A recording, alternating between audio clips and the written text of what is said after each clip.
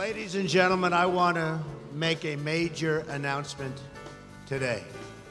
I would like to promise and pledge to all of my voters and supporters and to all of the people of the United States that I will totally accept the results of this great and historic presidential election if I win. Done. Yeah, Well, 20 days, G. 20 days. You know, at the Lincoln-Douglas debates in 1858, one candidate spoke for 60 minutes. Mm-hmm. Then the other one spoke for 90 minutes. And then the first one got to finish it up with a 30-minute rebuttal. That's how it worked in those days. That may be preferable. Who knows, man? Boy, I tell you. It's what it is. The average person, $1,200 worth of stuff in their closet. You got a whole lot of stuff you don't wear in your closet. My God, yes. Oh. And you want, and Paul, you want to give it to Salvation Army or whoever that you can give it to, but you never get around to it. No, my closet, I've got clothes I haven't worn for years sitting there. I'm saying, but I mean, it's not that you can't wear them anymore. I may want to wear them again one day, but of course, a lot of my wardrobe is from northern Minnesota. It's like heavy coats and jackets and gloves. Did you even take any of that stuff up there with you last week? I did. Oh, okay. I didn't take my long winter underwear. I figured that'd be overkill. You didn't take the long drawers? No, I didn't. No, I figured that may be overkill. And if I brought it, it would get cold. So I didn't bring it, and it got cold. Yeah, of course. I couldn't have used it. I guess how much stuff is sitting in your closet that you haven't worn in years, or stuff you've never even worn at all? Now, you don't have any of that, do you? Bell bottoms? Did you wear bell bottoms, G? I did, but you still got bell bottoms in your closet? I think there's a pair back there. The checkered. The kind of Oh, checkered no. ones. You just see, but that was in. Yeah. That checkered bell bottom thing was in. Absolutely, that was in. But do you have clothing that you've bought and never worn? Yes, I have. I'm sure. I've got a few things too, and you for some reason, that you're at Marshall's or wherever, and that look good on me. Have that. And then you just never have an opportunity to put it on. Still has the for sale sign. I on know, the shirt, just sitting right there. According to a new study, the average person has 109 things in their closet, and they only wear 45 of them. That's more than half is left unworn. Yeah, I know. Can you imagine if you just took that stuff out of there? You'd have so much more room in the closet. I'm afraid they're going. I'm hanging on these. I'm afraid it's all going to fall down. But it's just like the stuff in your garage. Oh yeah. You don't use it and haven't used it for years, but you just know one day you're going to need it.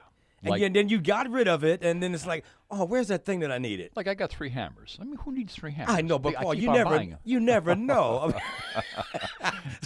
so you might even buy a 4th one. I might. I just very well might. Yeah, we need to go through our garage and find all the duplicates we have and just give them away. I was looking at hammers the other day. There are so many different types of hammers that'll blow. I'm in the hammer department, and they're just hanging there, and I'm like, good Lord, there's a hammer for this and a hammer for that and a hammer. Claw hammer, ball peen hammer. All sorts of hammers. Yeah, there are. There absolutely are. And they got the hammer who sings. Yeah. And if I had a hammer, I'd hammer in the morning.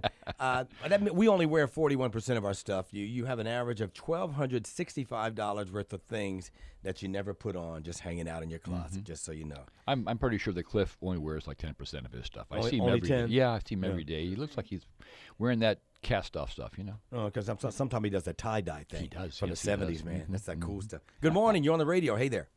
Hey, good morning to you. Welcome back, Paul. Thank you, sir. Just one political comment, has nothing controversial, nothing like that, but to show how times have changed. There's a picture of Lincoln when he was giving his inaugural address. He was trying to read his speech and hang on to that stovepipe hat he had, and with the wind blowing. And there's Douglas, and they had very bitter debates with each other and total opposites. He offers to hold the guy's hat for him. Oh, well, hey. There's a picture of him actually holding Abe Lincoln's hat. I mean, well, that's when gentlemen were I can't gentlemen. think of that now. Exactly. That's exactly right. Gentlemen were gentlemen. Gentlemen wore hats in those days. Well, but the thing is, though, it's so bitter, and that was bitter back then. And still, when it was all said and done, class. The last person, the last president to wear a hat, by the way, was before Kennedy. He stopped wearing hats at his inaugural. Well, and that's when men stopped wearing hats. Right. That's when the hat. Although, yeah, on the corner. Who was that, Truman? But who was it? Well, it must have been Truman. Who was before Kennedy? Yeah, that would be it. Ike, but I never saw a picture of Ike with except a military hat. But Truman, I guess. Mm-hmm. But bring the hats back, Chuck. Why don't you go on that hat thing? But you got to bring the suit back too, though. You just can't wear the hat without the suit. You got to wake up every day, wake up every morning, put on a suit and a hat, and go to work. There you go. I mean, even if you didn't have that kind of job, they wore suits. What the heck was that all about? Gentlemen were gentlemen. See, I could picture going to a baseball game wearing a fez with the like a TB on the front or a Yankee symbol on the front, you know? Fez, huh? Now, that's a little bit before me. What are we talking here? Fez is that tall, kind of a... Moroccan. Moroccan. It was a fez. I'll show it. It's hard to explain. It's like a stovepipe hat without the brim. Exactly right. Yeah, the Abe Lincoln thing. No, fez. No. Well, I'll show it to you. Wait a minute. I gotta see it. I gotta see it right now. What's it called? A fez. F-E-Z. F-E-Z. Yeah, you'll notice in a second. Right, it's got the little tassel on the top. Right. I want one of those to stick around my house. Who wears a fez? It says, show me a fez. I'm looking for a fez. History of a fez. Picture. Oh, all right, here we go. Images, picture of a fez. In case here we go. In case you didn't know, folks, this is good radio. Yeah, no, really. There it is, G. There it is. A little tassel on it. That's like the Elks. The people at the Elks wear them like there you go. The exalted ruler and that kind of thing. So now what do you want to do with one of them? I want to turn into just wear a fez, but turn it into like I'm a baseball guy, and put a baseball symbol on the front. You know, like the screaming Indian. Yeah. Boy, he's funny. Hey, Chuck, thanks a lot for that, man. Good morning. It's time for the news on Friday, October 21st. It's 8:22 and 68 lovely degrees out there. Just a wonderful day. Time for the news. 1590 WPSL. Discharges from Lake Okeechobee are decreasing again today. The Army Corps of Engineers have been releasing about 1.10 billion gallons of water every day. Now the Corps is set to begin pulse discharges, where they only release water at times of the week, not sending any water into our rivers on the weekends. It's the same strategy used last summer that's credited with helping the salinity to return to the water. The new daily average will drop to around 750 million gallons a day. The state sex offenders registry contains almost 70,000 names, but a group called Florida Action Committee claims only 27,000 of them are actually living in Florida. Spokesman Gail Coletta said the registry is bloated with people who shouldn't be on the list. Let's say a registrant comes from another state to Florida to go to Disney. They have to register if they're going to be here 5 days or more. So they go ahead and they do that. And Florida never takes them off the registry, even though they're not here and we're never here for any length of time. They're not in the community. The committee has sent a petition to Governor Rick Scott asking him to clean up the registry and try to remove the names that just don't belong there anymore.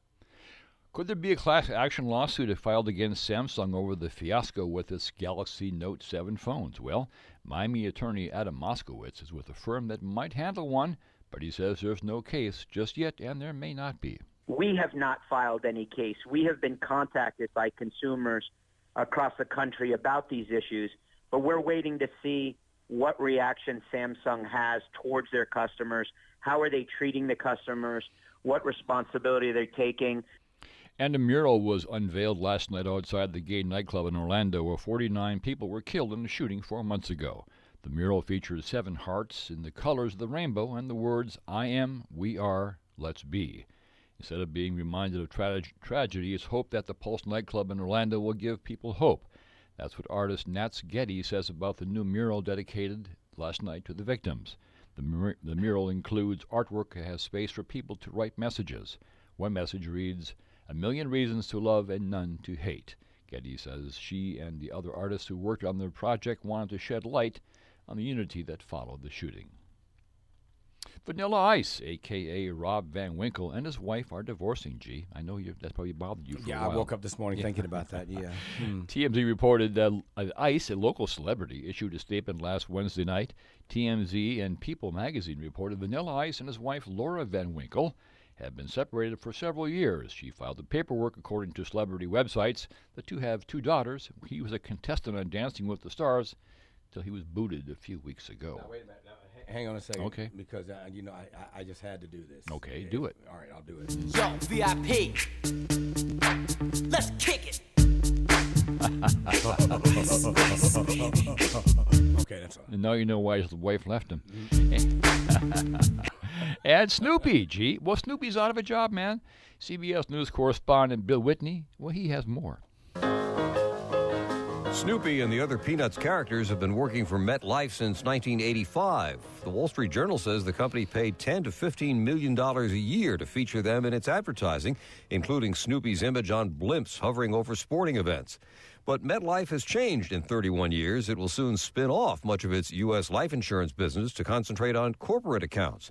Chief Executive Stephen Kandarian told the Journal we needed to rethink how we presented our brand. Good grief. Bill Whitney, CBS News. And those are the stories making news this hour. Your traffic is coming up next. That's my favorite part of the Charlie Brown thing. Does anybody really know what Christmas is all about? Yes, Charlie Brown, I know what Christmas is all about. Does. Lights, Oh, Charlie. please. He can't hit the ball, but he can sure sing. I like the little redhead girl. Oh, yeah. Yeah. What's her name, P? They always called her the little redhead girl. Did Little she have a redhead name? I don't know. I mean, Peppermint Patty. Oh, yeah, yeah. She was something else. Who was it who threw the ball? Lucie. Must have been Lucie. I think didn't Peppermint Patty. Now Lucy was the she would always get on Charlie Brown's case. I thought she threw the ball and Did she? And always struck him out. Anyway, I thought that was Peppermint Patty. I don't know. Could be, Well, could be. and what about the teacher? Wah wah wah wah wah wah. What the heck was that all about? Well, they spoke in their own language. I guess they Yeah, did. They did. We'll be right back. Wah wah wah wah wah wah wah wah. It's 1590 WPSL's Your World in 60 Seconds. An American service member killed in Iraq while assisting Iraqi forces in the operation to reclaim Mosul from ISIS. Donald Trump and Hillary Clinton together again at a New York fundraising dinner last night. Hillary accidentally bumped into me, and she very civilly said, "Pardon me." I am so flattered that Donald thought I used some sort of performance enhancer. There's been another death blamed directly on an exploding Takata airbag. A Southern California woman, 50-year-old Delia Robles, was killed when the inflator on her 2001 Civic blew up and sent shrapnel into the car. At Dodger Stadium last night. Dodgers down to their last strike. The 0-2 to Turner. Bouncing ball to short. Russell's going to throw to first. Cubs win. The Chicago Cubs. An 8-4 win over L.A. gives the Cubs a 3-2 advantage heading home to Chicago. And those are the national stories making news this hour. Let's have a look now at the precious metals market. Gold is at $1267.40. It's up just 0.04%. Silver is down just a shade at 0.09%, coming in at $17.61. The precious metals markets have been brought to you by St. Lucie Jewelry and Coins, trading in gold and silver bullion and all U.S. coins since 1994. Let's check your traffic right now. We have a report that there was an accident about 7:40 at the I-95 mile marker 118 in Port St. Lucie. There was a ladder in the highway. It may be gone by now, but please drive with care. Also, a couple of burns going on. St. Lucie County, there'll be a prescribed burn at Florida's Turnpike near mile marker 166, and the prescribed burn in Martin County at Florida's Turnpike, mile marker 125.5. This has been your traffic update. See something out there, say something. Give us a call, 340-5090. And now from Studio 3BA, let's talk sports. Paul Stone. Thank you, G. Aaron Rodgers threw for 326 yards and 3 touchdowns. Devontae Adams and Ty Montgomery emerged as playmakers in the second half of the Green Bay Packers, who you didn't choose, by the way. That's correct. Beat the struggling Chicago Bears 26-10. For Chicago. Well, they have taken the lead in the National Championship Series, 3-2. The Cubs beat the Los Angeles Dodgers last night, 8-4. Pat Hughes called the go-ahead run.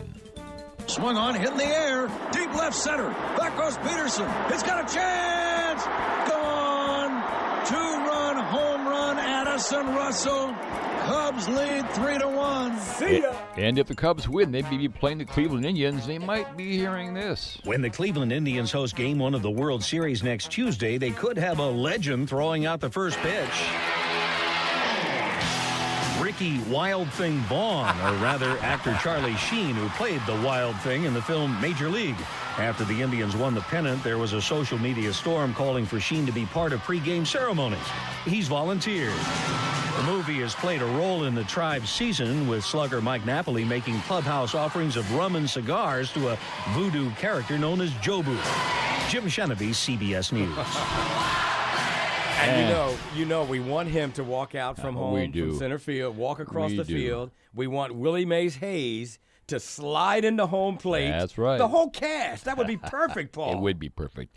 Yeah, Charlie Sheen, who played the bespectacled Ricky Wild Thing Vaughn in the movie Major League, has offered to throw out the ceremonial first pitch at this year's World Series. Now, and understand, folks, I wanted to go a little further, though. Yeah? I don't only want him to throw out the first pitch. I want him to walk the entire team. And here's how that went down in the movie, if you recall. Vaughn, a juvenile delinquent in the offseason in his Major League debut. Vaughn into the windup in his first offering. Just a bit outside. He tried the corner and missed. Ball 4. Ball 8. Low, and Vaughn has walked the bases loaded on 12 straight pitches. Boy, how can these guys lay off pitches that close? How can you walk You walk the bases 12 loaded, straight pitches, all balls? In the movies, G. Just the movies. They got to let that happen. Yeah, exactly. They got to. Well, there may be a new title town from the 52-year sports championship drought by possibly winning 2 the same year. Better get that title town sound ready for the Clevelanders. And locally here, the NFL wasn't the only game on last night. Central and Centennial squared off in a big district game at Lawnwood Stadium. Senior quarterback Brandon Stone threw 2 TD passes for Central in his first career start as the Cobras beat Centennial 26-0 to keep their playoff hopes alive. They will play Vero Beach next week for the district title. Meanwhile, tonight's Jensen Beach is at Heritage. Port St. Lucie is on the road with Sebastian River, and South Fork takes on Lakeland Kathleen. And tonight's game of the week is Treasure Coast hosting Monsignor Pace. Pregame is at 6:45 and kickoff at 7. Where Greg Wyatt and John Messina will have the call on WPSL and WSTU. Yeah, baby. High school football Friday night, and Greg has the call. I guess Mike's out of town, yeah. That's right, exactly. Let's see, G, other than that, the former Gators men's basketball coach Tommy Bartlett has passed away at the age of 88. Bartlett went 95 and 85 during his 7 seasons in Gainesville from 66 to 73. And that's it, G. You've got the sports. You're up to date. I want to see Charlie Sheen come out of that bullpen, walk across that field. I want the crowd to go crazy and step up there and throw a ball that lands who knows. That's the funniest move. Like you said, I'm going to watch this all over again. I'm going to do it again for sure. She hated that song, G. I mean, how many times have you seen it in your lifetime? Oh, boy. Whenever it's on TV, I stop and watch it. That's one of those movies, as soon as it's on, if you're just going through this, what do they call it, channel surfing? Yeah, exactly. You'll stop at it and just say, well, let me see it from this point. Yeah, TV's changed so much. Gee, back in the day, we had 3 channels, man. Now we got like 103. My goodness. Now, and you said Bob Uecker is still around? Yeah, he's calling. He calls games. He needs to call that first Cleveland game. Well, he calls the games from Milwaukee. I don't care. Maybe they need to make hire an him exception. for that. Yeah. Just for that. Bring back the All-State guy. That's All-State Stan. Because he played the voodoo guy. He did, yeah. Jobu. He played Jobu. Bring him back. And who was it? Corbin Burnson. He played the Roger Dern. He was the pitcher that couldn't do any wrong. Yeah. I thought, okay, all right. And then the catcher was Tom Berenger. Yeah, exactly. That was a good cast, man. It was a wonderful cast. What year was that again, G? Oh, 1989. 89. That's All-State Stan. Almost 20 years ago. Well, we'll see if it happens. If it doesn't happen, somebody's a knucklehead. Absolutely right. Good morning. It's 8:50 on Friday, October 21st. 68 degrees. It's time for the final newscast of the morning show. Discharges from Lake Okeechobee are decreasing again today. The Army Corps of Engineers have been releasing about 1,010 billion gallons of water every day. Now the Corps is set to begin pulse discharges, where they'll only release the water at times during the week and not send any water into the rivers on weekends. It's the same strategy used in late summer that's credited with helping the salinity to return to the water. The new daily average will drop down to 756 million gallons a day. More drugs dropped the street after a bust by Port St. Lucie Police Department. Undercover detectives conducted a buy-bust operation in the 1200 block of California Boulevard. Detectives met with a suspect to buy over $400 of marijuana. 2 suspects were arrested on multiple drug charges. The cash, 2 pounds of marijuana, drug paraphernalia, and a 2011 Mazda 3, well, they were all seized during the bust. Could there be a class action lawsuit against Samsung over the fiasco with its Galaxy Note 7 phones? Well, Miami attorney Adam Moskowitz is with a firm that might handle one, but he says there's no case here just yet, and there may not be. We have not filed any case. We have been contacted by consumers across the country about these issues, but we're waiting to see what reaction Samsung has towards their customers. How are they treating the customers? What responsibility they're taking? A mural was unveiled last night outside the gay nightclub in Orlando, where 49 people were killed in a shooting 4 months ago. The mural features 7 hearts and the colors of the rainbow and the words, "I am, we are, let's be."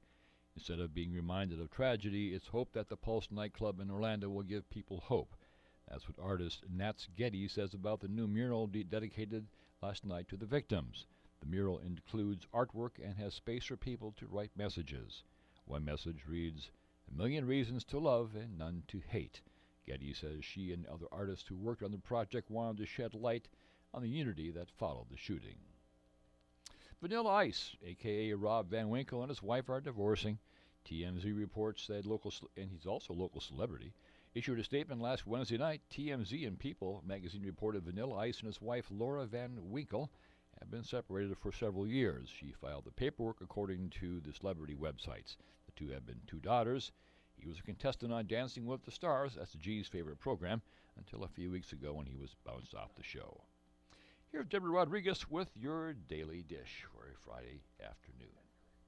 I'm Deborah Rodriguez with your Daily Dish. It won't be his first go-round on Saturday Night Live. My mom always said life was like a box of chocolates. Tom Hanks hosts tomorrow night, and Alec Baldwin will most likely be back to play Donald Trump. You know who else should be in jail?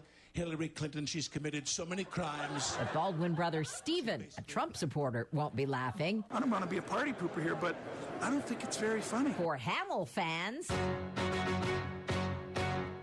this is a story of someone who wrote his way out of his circumstances and then wrote his way to self-destruction. check out the PBS documentary on the making of Hamilton, the Broadway musical, tonight. It took a week, but finally an acknowledgement he knows. There ain't no use in calling out my name. The words in all caps on Bob Dylan's website, winner of the Nobel Prize for Literature. And Frank Ocean's first interview in 3 years is about why he wore black and white checked Vans sneakers to President Obama's final state dinner at the White House. First time doing it.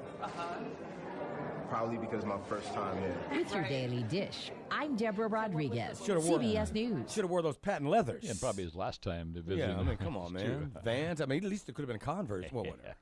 And those are the stories making news this hour. Looking at your traffic right now, there's a couple of prescribed burns, one in Martin County and near Turnpike northbound, mile marker 125, and one in St. Lucie County.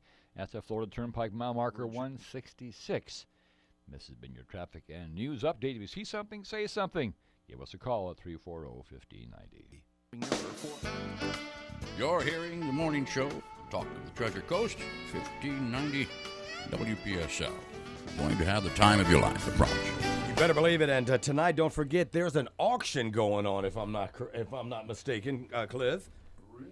No, like Treasure Coast Auction Gallery? Yeah, man. Normally we talk to Hawk, and we didn't get a chance to get with him on it today, so we'll do it ourselves. Okay, I'm pretty good at that because you see, Treasure Coast Auction Gallery is part of St. Lucie Jewelry and Coins, Eastport Plaza, US 1 and Walton Road, St. Lucie Jewelry and Pawn, 1100 Jensen Beach Boulevard in Jensen Beach, and Treasure Coast Auction Gallery, where the auction is tonight at 6:30. We're going to be talking to Hawk on the swap shop in the next hour, but as for right now, you can go to tcauctiongallery.com and see all the stuff that they're going to have. And they had a special one on Wednesday this week too. It was Tuesday, yeah. It was Tuesday? Yeah. I hear there's going to be a couple more of those. Mm-hmm. I don't know if it's going to become a regular thing or not, but there's so much stuff that they liquidate. Well, folks, just so you know, I mean, they're right on the corner of US 1 and Village Green Drive. 772-359-1400 is the number if you want more information. But the auction tonight, what, 6 o'clock? 6:30. Yeah. 6:30. So And, make of sure you course, get on it, guys. We'll remind you again, too, just before 6 o'clock during the Precious Metals Report. Right on, Cliff. Thanks a lot, man. Appreciate that. Paul, back in the day. Yeah, back in the day, 137 years ago, 1879, Thomas Edison